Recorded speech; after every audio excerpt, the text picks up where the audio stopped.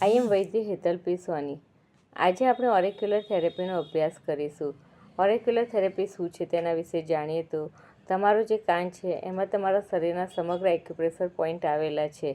તો તમારા કાનની અંદર એક્યુપ્રેશર થેરેપી આપી અને તમારા સંપૂર્ણ શરીરને એક્ટિવેટ કરી શકો છો, હીલ કરી શકો છો. તમારી endocrine system, pain relieving system, stress management, even before operation તમે આ પોઈન્ટને લોકેટ કરી અને પ્રેસ કરી અને એના દ્વારા એક એનેસ્થેટિક ઇફેક્ટ પણ ઊભી કરી શકો છો કે જેનાથી તમે ઓપરેશન ઇઝીલી વિધાઉટ એનેસ્થેસિયા આપી શકો છો. પાસ્ટમાં આ વસ્તુ ફોલો થતી હતી પણ હવે લેટેસ્ટ એનેસ્થેસિયા પછી એ થેરેપી ફોલો નથી થતું. બીજું કે સિવિયર પેઇન હોય તો પેઇન રિલીવિંગ પોઈન્ટ પણ ઓરેક્યુલર થેરેપીની અંદર મેન્શન કરેલા છે જેના દ્વારા તમે કોઈ પણ પેઇનને રિલીવ કરી શકો છો.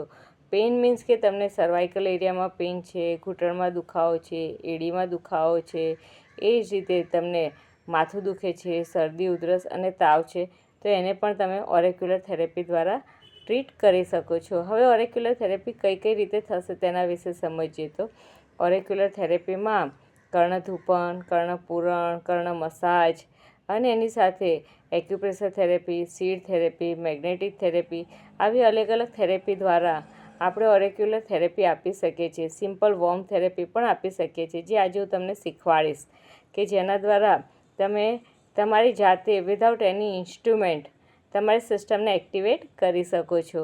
એ પણ આજે આપણે શીખીશું.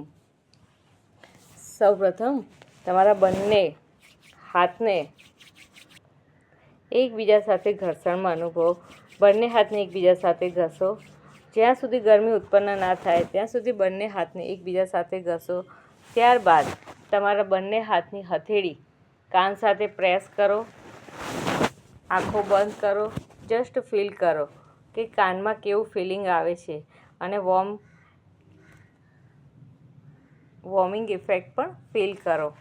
બીજી વસ્તુ કે બંને હાથની ફર્સ્ટ ફિંગર કાનમાં નાખો અને ત્યારબાદ આંગળીને રોટેટ કરો અને જસ્ટ ફીલ કરો કે કાનમાં કેવી ઇફેક્ટ આવે છે.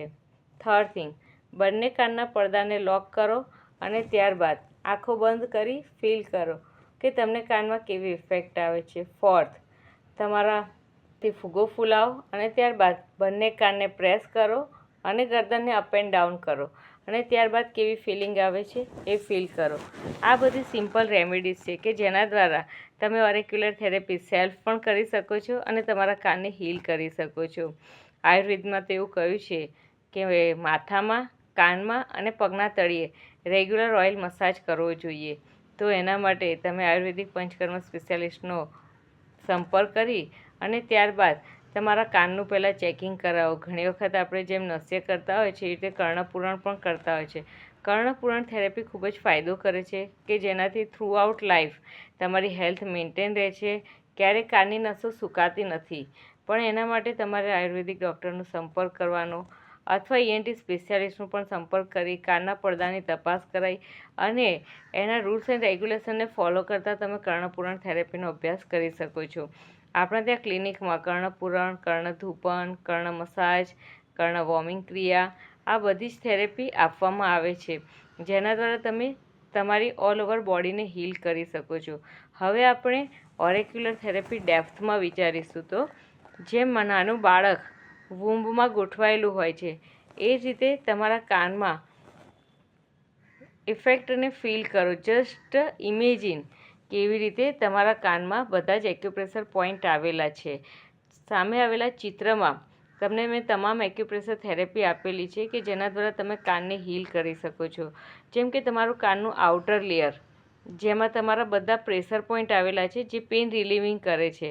કાનનો અંદરનો પડદો કે જેમાં તમારી સ્પાઇનલ કોર્ડ આવેલી છે કે જે સર્વાઇકલથી માંડી અને કમરના છેલ્લા મણકા સુધીની સ્પાઇનલ કોર્ડ છે કે જે પોઈન્ટને પ્રેસ કરી અને તમે હીલ કરી શકો છો. અંદરનો પાર્ટ કે જ્યાં તમે કાનમાં આંગળી નાખો છો ત્યાં તમારી ડાયજેસ્ટિવ સિસ્ટમ આવેલી છે જે કે તમારા લીવર, કિડની, ઇન્ટેસ્ટાઇન.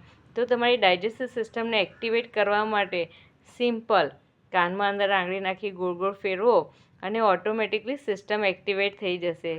કેવું જાદુ છે, બરાબર ને?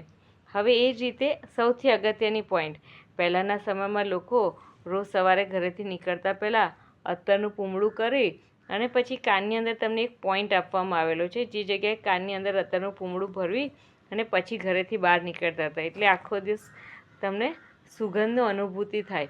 પણ આની પાછળનું લોજિક વિચારીએ તો જે જગ્યાએ તમે અત્તરનું પૂમડું મૂકો છો ત્યાં સેન્ડમેન પોઈન્ટ આવેલો છે, કે જે પેઇન રિલીવિંગ અને સાથે સ્ટ્રેસ રિલીવિંગ પોઈન્ટ છે.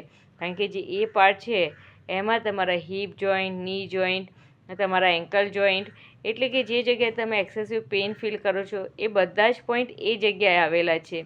તે જ રીતે સ્ટ્રેસ રિલીવિંગ પોઈન્ટ પણ એ જગ્યાએ જ આવેલો છે. આખો દિવસ આપણે ખૂબ જ સ્ટ્રેસમાં રહેતા હોય છે, પણ જો એ જગ્યાએ આપણે અત્તરનું પૂમડું ભરવી દઈએ છીએ તો ઓટોમેટિકલી એ ભાગને કન્ટિન્યુઅસ પ્રેશર ફીલ થશે અને એ પાર્ટ એક્ટિવેટ રહેશે. અને એનાથી આટલી સિમ્પલ રેમેડીઝ એપ્લાય કરવાથી પણ તમે પેઇન રિલીફ મેળવી શકો છો.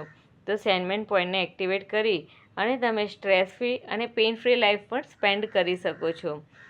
એ જ રીતે કોસ્મેટિક સુંદરતાનો વિચાર કરીએ તો તમારા કાનમાં જ્યાં તમે બુટ્ટી પહેરો છો ત્યાં તમારું હાઇપોથેલેમસ, એટલે કે તમારા ઓલ ઓવર બોડીને ટ્રીટ કરનાર જે સંપૂર્ણ નર્વસ સિસ્ટમ છે એ ત્યાં આગળ લોકેટ છે. પહેલાંના વખતમાં તો પુરુષો અને સ્ત્રીઓ બધા જ બુટ્ટી પહેરતા હતા, તો અને બુટ્ટી પણ પાછી વજનવાળી પહેરતા હતા. અત્યારે તો વજનવાળું પહેરવાનું તો પોસિબલ નથી, ઇવન કાનની બૂટ પણ તૂટી જાય છે.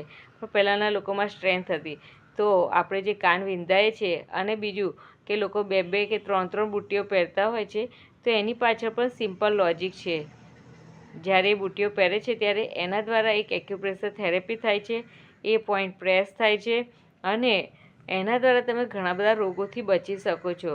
સ્પેસિફિકલી જેને હર્નિયાની તકલીફ હોય કે ઇન્ગ્વાઇનલ હર્નિયા કે આંતરડું બહાર આવે છે, એ લોકો માટે જો કાનની બૂટ વિંધાવવામાં આવે તો એના દ્વારા તે હર્નિયાની તકલીફમાંથી પણ ઉગરી શકે છે. આ વસ્તુ આયુર્વેદમાં દર્શાવેલ છે. તો સિમ્પલ બુટ્ટી પહેરવાથી અથવા કાનમાં અલગ અલગ જગ્યાએ વિંધાઈ અને નાની નાની બુટ્ટીઓ પહેરવાથી પણ તમે ઘણો બધો લાભ મેળવી શકો છો. આના વિશે તમારા કોઈ પણ ક્વેશ્ચન આન્સર હોય તો આજે જ આપણે સોલ્વ કરીશું.